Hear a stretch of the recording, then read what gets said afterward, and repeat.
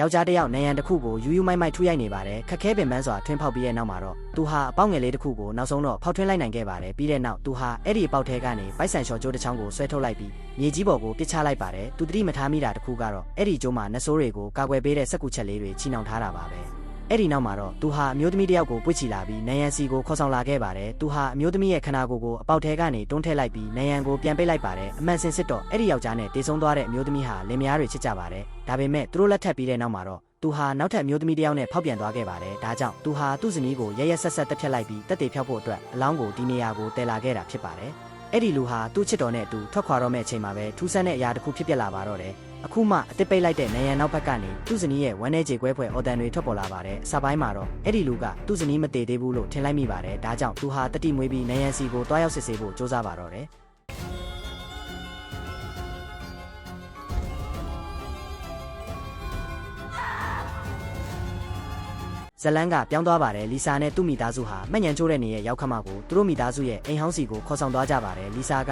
သူ့ရောက်ခမကိုရင်းနှီးတဲ့ပတ်ဝန်းကျင်မှာပြန်လဲတက်တာလာစေခြင်းလို့ပါဒါပေမဲ့တကယ်တော့သူဟာသူဖုံးကွယ်ထားခြင်းနဲ့ရှိုးဝက်ချက်တစ်ခုကိုဖုံးကွယ်ထားပါတယ်တင်တီးတဲ့အတိုင်းပဲလီဆာမှာချစ်စရာကောင်းတဲ့တားငယ်လေးတစ်ယောက်ရှိခဲ့ပါတယ်ဒါပေမဲ့တရက်မိသားစုအပြင်သွားတဲ့အချိန်မှာလီဆာမှာအရေးကြီးတဲ့အလုပ်ကိစ္စတစ်ခုပေါ်လာခဲ့ပါတယ်ဒါကြောင့်သူဟာသူ့ကလေးကိုရောက်ခမစီမှာခစ်တက်အပ်ထားခဲ့ရပါတယ်လီဆာအလုပ်ကိစ္စပြီးလို့ပြန်ရောက်လာတဲ့အချိန်မှာတော့သူ့သားလေးဟာအရေးရောင်မကြံပျောက်ဆုံးသွားခဲ့ပါပြီကြံခဲ့တာကတော့ကူလားထိုင်မှာတယောက်တည်းထိုင်နေတဲ့မင်းတက်နေတဲ့ရောက်ခမတယောက်တာဖြစ်ပါတယ်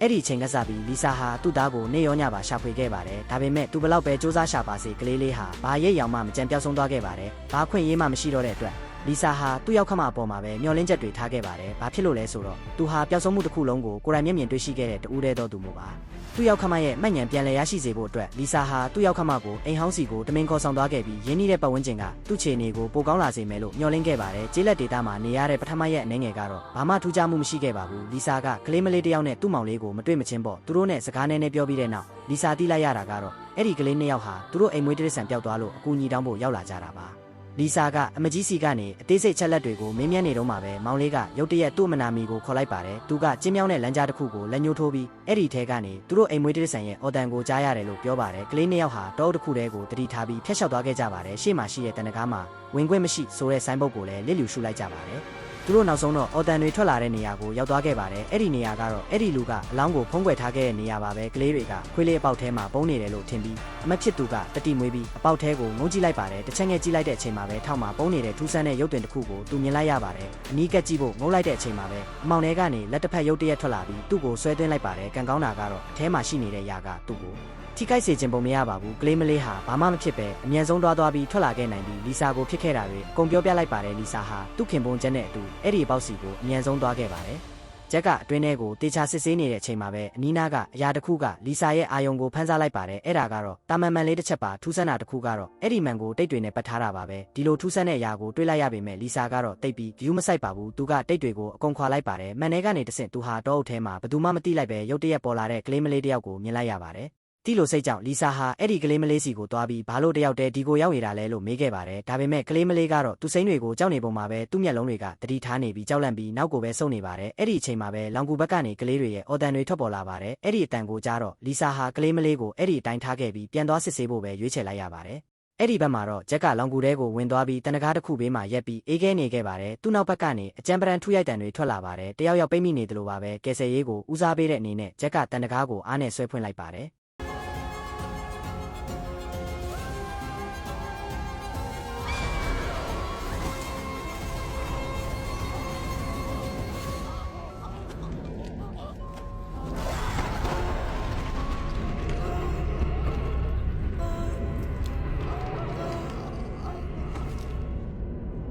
ဒီဖြစ်ရက်ကဒေတာခန်ရဲတွေရဲ့အာယုံဆိုင်မှုကိုချက်ချင်းပဲရရှိသွားခဲ့ပါတယ်ဒါပေမဲ့ရဲတွေကဖြစ်ခဲ့တာတွေကိုလီဆာကိုမင်းမြန်းဖို့စူးစမ်းတဲ့အခါမှာတော့သူကစိတ်မရှိဖြစ်နေပါတယ်လီဆာကရဲတွေကိုဒီလောက်တောင်မုန်းတီးရတဲ့အကြောင်းရင်းကတော့ရိုးရှင်းပါတယ်နှစ်ပေါင်းများစွာကြာတဲ့အထိသူတို့ကသူ့ကလေးကိုရှာမတွေ့ပေးနိုင်လို့ပါအဲ့ဒီနားမှာပဲလီဆာဟာတကားကိုရုတ်တရက်ခောက်လိုက်တဲ့အတန်ကြောင့်လက်နိုးသွားခဲ့ပါတယ်သူသွားစစ်ဆေးတဲ့အခါမှာတော့အစောပိုင်းကကလေးမလေးကိုပြန်တွေ့လိုက်ရလို့အံ့အားသင့်သွားခဲ့ပါတယ်ကလေးမလေးရဲ့ညစ်ပတ်နေတဲ့ပုံစံကိုကြည့်ပြီးလီဆာဟာသူ့ကိုအိမ်ထဲခေါ်သွင်းပြီးတေချာတန်ရှင်းပေးလိုက်ပါတယ်အစပိုင်းမှာလီဆာကကလေးမလေးကိုစကားမပြောနိုင်တဲ့သူလို့ထင်ထားခဲ့တာပါဒါပေမဲ့သူ့သမီးလီလီကမေမေလို့ခေါ်လိုက်တဲ့အခါမှာတော့အဲ့ဒီကလေးမလေးကအဲ့ဒီစကားလုံးကိုအံ့ဖွယ်နည်းနဲ့ပြန်ပြောလိုက်ပါတယ် လီဆာတယောက်အံ့အားသင့်သွားခဲ့ပါတယ်သူအမြန်သွားပြီးကလေးမလေးရဲ့နာမည်ကိုမေးလိုက်ပါတယ်သူ့ရဲ့မယုံကြည်နိုင်စရာအံ့အားမှုတစ်ခုကတော့အဲ့ဒီကလေးမလေးရဲ့နာမည်ကလည်းလီလီချစ်နေတာပါပဲကလေးမလေးရဲ့အပြစ်ကင်းပြီးလန်းဆန်းတဲ့မျက်နှာကိုကြည့်ပြီးလီဆာတယောက်တနာစိတ်တွေဖြစ်ပေါ်လာပါတယ်သူကလေးမလေးကိုရဲစခန်းကိုချက်ချင်းမပို့ခဲ့ပါဘူးသူကလေးမလေးကိုသူ့အိမ်မှာပဲနေခွင့်ပေးလိုက်ပါတယ်သူမတိလိုက်တာတစ်ခုကတော့ဒီလိုစေတနာကောင်းနဲ့လှုပ်လိုက်တဲ့ဆုံးဖြတ်ချက်ဟာကြောက်မက်ဖွယ်ကောင်းတဲ့အိမ်မက်ဆိုရဲ့အစပီအိုးချင်းဖြစ်နေတာပါပဲညတန်းကောင်ရဲ့အချိန်မှာလီလီဟာအိယာကနေတိတ်တိတ်လေးထားပြီးအဖွားဖြစ်သူရဲ့အခန်းစီကိုတန်းတန်းမတ်မတ်လျှောက်သွားပါတော့တယ်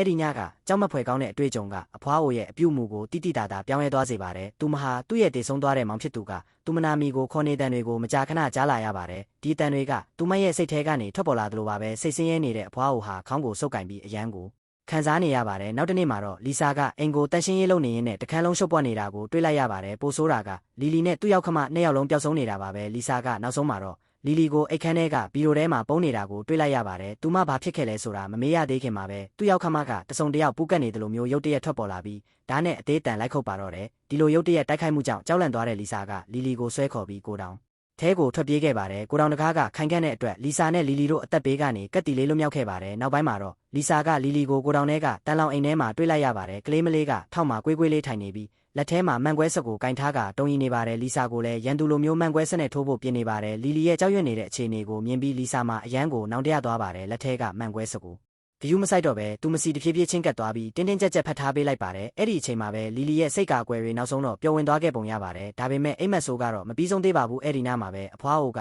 နဆိုးဆန်တဲ့အတန်ကိုတစ်ခါပြန်ကြားလိုက်ရပါတယ်ဒါပေမဲ့ဒီတစ်ခါတော့အတန်ကသူ့စိတ်ထဲကနေထွက်လာတာမဟုတ်ပဲသူ့ဘေးကတိတ်တွေနဲ့ကတ်ထားတဲ့မန်ထဲကနေထွက်လာတာပါတကယ်တော့အဖွားအိုကအဲ့ဒီမန်ကိုတိတ်တွေနဲ့ကပ်ပြီးပိတ်ထားခဲ့တာကြပါပြီဒါပေမဲ့အဲ့ဒီနေ့ကဂျက်ကအခန်းထဲကိုရောက်လာပြီးတိတ်ကတ်ထားတဲ့မန်ကိုတွေ့တဲ့အခါဘာမှမသိပဲတိတ်တွေကိုခွာလိုက်မိပါတယ်စပိုင်းမှာအဖွားအိုကမန်ထဲကအတန်ကိုစိတ်တက်ခိုင်မာစွာနဲ့ဆန့်ကျင်နေခဲ့ပါတယ်ဒါပေမဲ့ဆွဲဆောင်မှုတွေကပိုပိုပြီးပြင်းထန်လာတဲ့အခါမှာတော့သူမရဲ့စိတ်ကာကွယ်တွေလုံးဝပြိုလဲသွားပါတော့တယ်အတန်ရဲ့လမ်းညွှန်မှုအတိုင်းသူမဟာကိုထိန်းချုပ်နိုင်စွမ်းမရှိတော့ပဲတကားကိုဖွင့်ပြီးအပြင်ကိုထွက်သွားကကြောက်မက်ဖွယ်ကောင်းတဲ့ကူတဲကိုရောက်သွားပါတော့တယ်နောက်တနေ့မနက်မှသာလီဆာနဲ့ဂျက်တို့ကအဖွားကိုပျောက်နေတာကိုသတိထားမိခဲ့ကြပါတယ်အမြန်ဆုံးရှာဖွေခဲ့ကြပေမဲ့ဘာစအနားမှရှာမတွေ့ခဲ့ပါဘူးရှာဖွေရင်းနဲ့ဂျက်တစ်ခုခုကိုသတိပြုမိသွားပါတယ်သူကမန်စီကိုမတိစိတ်ကနေဆွဲခေါ်ခံလိုက်ရတယ်လို့ဖြစ်သွားပါတယ်သူကမန်နာကပ်ပြီးကုန်းကြည့်လိုက်တဲ့အခါအထဲကနေအဝါရောင်အရေတွေစိတ်ထွက်လာတာကိုတွေ့လိုက်ရပါတယ်ဒါကိုမြင်ပြီးဂျက်ကကျန်တဲ့ဒိတ်တွေကိုအကုန်ခွာလိုက်ပါတယ်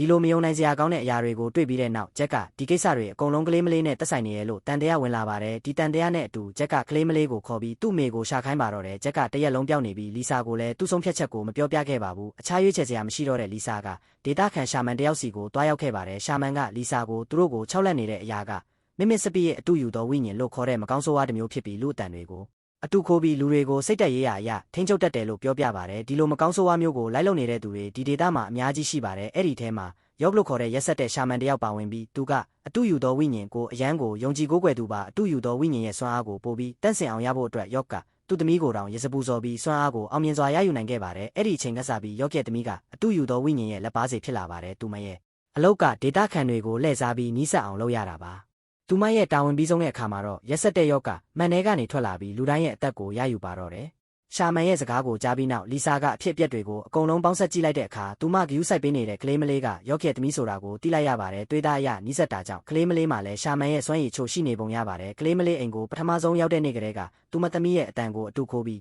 းမေမေလို့ခေါ်ခဲ့တာကိုအခုမှသတိရလိုက်ပါတယ်ရှာမန်ကလီဆာကိုယော့ကသူ့ပြစ်တွေကြောင့်အချိန်ကာလတစ်ခုအထိအပိတ်ခံထားရပေမဲ့အိမ်ကိုလူတစ်ယောက်ဂျက်ကကူတဲကိုဝင်သွားပြီးအဆောင်တွေကိုဖျက်ဆီးလိုက်တဲ့အတွက်ယော့ကပြန်လွတ်လာတာလို့ပြောပြပါတယ်ပိုဆိုးတာကလီဆာကကလေးမလေးကိုစေတနာနဲ့အိမ်ခေါ်ထားမိတာကြောင့်နောက်တစ်ကြိမ်တိုက်ခိုက်မှုရဲ့ပြစ်မှတ်ဟာလီဆာရဲ့မိသားစုဝင်အနီးကပ်ဆုံးသူတွေဖြစ်ဖို့များပါတယ်ဒီစကားတွေကိုကြားလိုက်ရတဲ့အခါလီဆာဟာကြောက်လန့်တုန်လှုပ်သွားခဲ့ပါတယ်သူမရဲ့သမီးလေးဟာအိမ်မှာတယောက်တည်းကျန်နေခဲ့တာပါသူမဟာတုံဆန်းမနေတော့ပဲဖြစ်နိုင်သမျှအမြန်ဆုံးအိမ်ပြန်ဖို့အပြေးသွားခဲ့ပါတယ်လီလီဘက်မှာတော့ကြောက်မက်ဖွယ်ရာဖြစ်ပျက်တွေစတင်နေပါပြီသူမဟာအတန်တစ်ခုကြောင့်အိပ်ပျော်နေရင်းကနေရုတ်တရက်နိုးလာခဲ့ပါတယ်အဲ့ဒီအတန်ကသူမရဲ့မိခင်ကသူမနာမီကိုခေါ်နေတယ်လို့မျိုးကြားလိုက်ရတာပါဘာမှတန်တရားမဝင်ပဲအတန်လာရာနောက်ကိုလိုက်သွားပြီးအတန်ထွက်ပေါ်လာတဲ့ရေချိုးခန်းတကားဝမှာရက်လိုက်ပါတယ်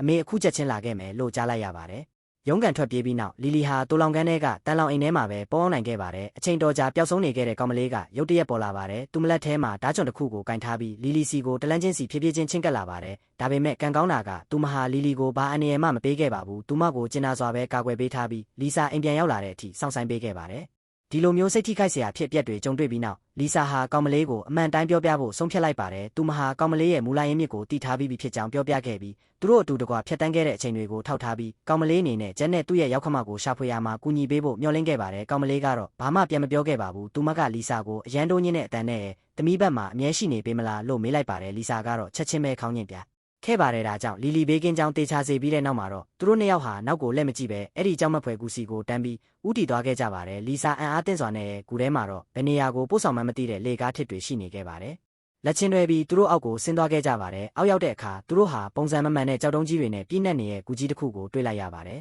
လီဆာတယောက်ကြောက်ရွံ့စွာနဲ့ရှေ့ကိုတိုးသွားစင်မှာပဲသူမရဲ့အမြင်အာရုံတွေရင်းမြန်စွာဝေဝါးလာတာကိုတိလိုက်ရလို့တုံးလှုပ်သွားခဲ့ပါတယ်သူမရှိကလောကကြီးဟာဝေဝါးသွားခဲ့ပါတယ်လီဆာဘာဖြစ်နေလဲဆိုတာကိုကောင်းကောင်းသိလိုက်ပါတယ်တူပတက်တော်ဝိညာဉ်ကသူမအပေါ်အမောင်စွမ်းအားတွေကိုတုံးနေတာပါဒါပေမဲ့သူမကြောက်ရွံ့မှုမခံစားခဲ့ရပါဘူးသူမဟာမမက်ရက်နေဖို့စူးစမ်းပြီးပတ်ဝန်းကျင်ကိုအကဲခတ်ခဲ့ပါတယ်ထောက်တနေရာကနေရင်းနှီးတဲ့အတန်တစ်ခုထွက်ပေါ်လာပါတယ်အဲ့ဒါဟာသူမနှစ်ပေါင်း9နှစ်လောက်လွမ်းဆွနေခဲ့ရတဲ့တာဖြစ်သူရဲ့အတန်ပါအဲ့ဒီအချိန်မှာပဲလီဆာဟာစိတ်ထိမရတော့ပဲအတန်လာရာဘက်ကိုအော်ဟစ်လိုက်ပါတယ်ဒါပေမဲ့သူမရဲ့အတန်ထွက်ပေါ်လာပြီးတဲ့နောက်မှာတော့အဲ့ဒီထောင်ဟာတိတ်ဆိတ်သွားခဲ့ပါတယ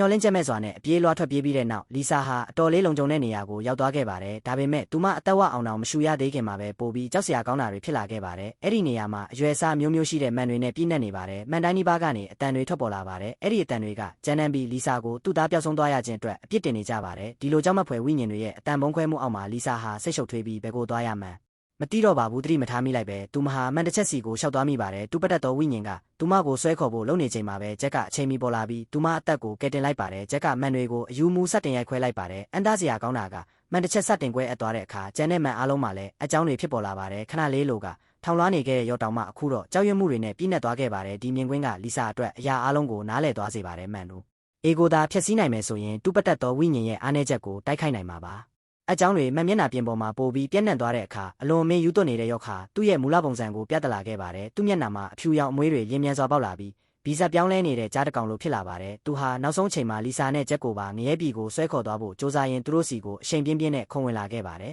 ်ကံကောင်းတာကလီဆာနဲ့ဂျက်တို့ဟာသူတို့ရဲ့ကိုခန္ဓာအရွယ်အစားကိုအသုံးပြုပြီးရော့ကက်တိုက်ခိုက်မှုတွေကိုရှောင်တိန်နိုင်ခဲ့ပါတယ်အဲ့ဒီလိုနဲ့ဒေါသတကြီးအော်ဟစ်တန်တွေကြားထဲမှာမန်တွေအပီးစီးကွဲအပ်သွားတဲ့အခါရော့ခါလဲအနက်ရောင်မြူခိုးတွေအဖြစ်ပျောက်ကွယ်သွားခဲ့ပါတယ်အကြက်တဲတွေပြီးဆုံးသွားတဲ့အခါဂျက်ဟာလီဆာကိုခေါ်ပြီးချက်ချင်းထွက်သွားဖို့ပြင်ဆင်နေပါတယ်သူတို့ဘေးမှာငိုနေတဲ့ကောင်မလေးကိုတော့သူလစ်လျူရှုထားခဲ့ပါတယ်အစပိုင်းမှာလီဆာဟာဂျက်နဲ့အတူထွက်ခွာပြီးခစ်တစ်ကဘာကိုပြန်သွားဖို့ပြင်ဆင်ထားခဲ့ပါတယ်ဒါပေမဲ့သူမထွက်ခါနီးမှာပဲကောင်မလေးကိုပေးထားတဲ့ကတိစကားဟာသူမရဲ့စိတ်ထဲမှာရုတ်တရက်ပဲတင်ထက်လာခဲ့ပါတယ်အဲ့ဒီအချိန်မှာလီဆာဟာကောင်မလေးကိုနောက်ကျောပေးပြီးထွက်မသွားနိုင်တော့ပါဘူးသူမဟာဂျက်ရဲ့လက်ကိုပြက်ပြက်သားသားလွတ်လိုက်ပြီးနောက်ကိုလက်မကြည့်ပဲဂူထဲကိုပြန်လျှောက်သွားခဲ့ပါတယ်ဖြစ်ကောင်းဖြစ်နိုင်တာကဒီအချိန်မှာလီဆာဟာသူမရဲ့နှလုံးသားထဲမှာဘာရှိလဲဆိုတာကိုအမှန်တကယ်ရင်ဆိုင်လိုက်ရတာဖြစ်နိုင်ပါတယ်သူမဟာသူမရဲ့သားကိုပြန်တွေ့ရတယ်ဆိုတဲ့အတူအယောင်ထဲမှာပဲဆက်ပြီးနှမြုပ်နေခြင်းပြီးအဲ့ဒီပျော်ရွှင်မှုထဲမှာပဲထာဝရနေထိုင်သွားခြင်းတာပါဒီရုပ်ရှင်ဟာရိုးရိုးတရေကားတကားတင်မဟုတ်ပါဘူးလူတဘာဝရဲ့အသွင်ပြင်တိုင်းကိုစူးစမ်းလေ့လာဖို့ရိုးရာပုံပြင်တွေနဲ့တရေတစေဇလန်းတွေကိုအသုံးပြုထားတာပါဒီရုပ်ရှင်ကအတိတ်ကနောင်တတွေကိုပြန်ပြင်ဆင်ခြင်းကနေစစ်မှန်တဲ့လွတ်မြောက်မှု